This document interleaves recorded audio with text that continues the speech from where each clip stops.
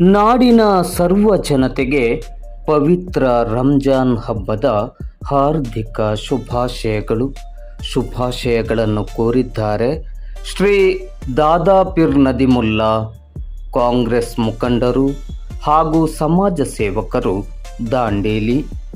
ಚಂದ್ರನನ್ನು ನೋಡಿ ಈದ್ ಆಚರಿಸುವ, ಚಂದ್ರನಂತೆ ನಿಮ್ಮ ಜೀವನವು ಪ್ರಕಾಶಮಾನವಾಗಿರಲಿ.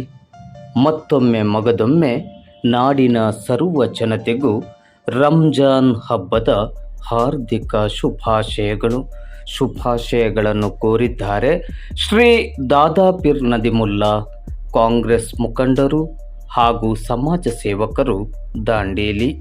ಅಸ್ಸಲಾಂ ವಲೈಕುಂ.